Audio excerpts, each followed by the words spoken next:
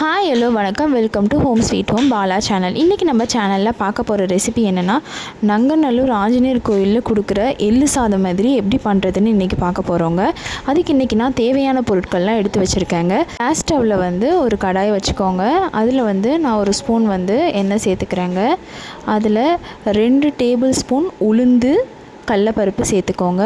1 table spoon மிளகு, 1 காஞ்ச மிளகாய் சேர்த்துக்கோங்க. சேர்த்துட்டு ஒரு 3 நிமிஷம் நல்லா வதக்கி விட்டுருங்கங்க. அதுக்கப்புறம் கொஞ்சம் தனியாக சேர்த்துக்கோங்க.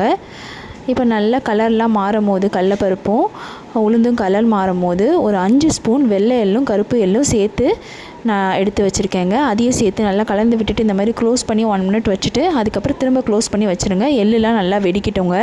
வெடித்தக்கப்புறம் ஒரு ஜாரில் சேர்த்து இதை நம்ம அரைச்சி எடுத்துடலாங்க. இந்த மாதிரி அரைச்சி எடுத்தாச்சு. நான் சாதம் இந்த மாதிரி வடித்து வச்சுருக்கேங்க. ரொம்ப உதிரியாகவும் இருக்கக்கூடாது, ரொம்ப குழைவாகவும் இல்லாமல் நடுவில் இருக்கணுங்க. அப்போ தான் எள்ளு சாதத்துக்கு நல்லாயிருக்கும். அதில் ஒரு 2 ஸ்பூன் நல்லெண்ணெய் சேர்த்துட்டு நம்ம அரைச்சி வச்சுருக்க பொடியை சேர்த்துக்கோங்க. இதில் தேவையான அளவு உப்பு சேர்த்துக்கோங்க. நீங்கள் உப்பு சாதம் வடிக்கும் போது சேர்த்துக்கலாம், இல்லைனா பொடியில் அரைக்கும் போது சேர்த்துக்கலாம். நான் இப்போ சேர்த்துக்கிறேங்க. சேர்த்துட்டு நல்லா கலந்து விட்டுருங்கங்க.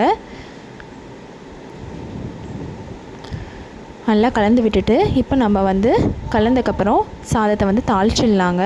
அதுக்கு நல்லா நிறையா நல்லெண்ணெய் சேர்த்துக்கோங்க. நீங்கள் நெய் கூட சேர்த்துக்கலாம். நெய் உங்களுக்கு டேஸ்ட் பிடிக்கும்னா நான் ஒரு 4 ஸ்பூன் நல்லெண்ணெய் சேர்த்துட்டு அதில் கொஞ்சம் கடுகு, உளுந்து, பெருங்காயத்தூள், கொஞ்சம் கருவேப்பிலை சேர்த்து தாளிக்கிறேங்க.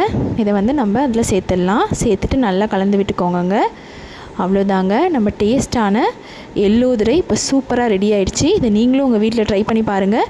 உங்களுக்கு இந்த வீடியோ பிடிச்சிருந்ததுன்னா லைக் பண்ணுங்கள், ஷேர் பண்ணுங்கள். நம்ம சேனல் ஹோம் ஸ்வீட் ஹோம் பாலாவை மறக்காமல் சப்ஸ்கிரைப் பண்ணுங்கள். தேங்க்யூ.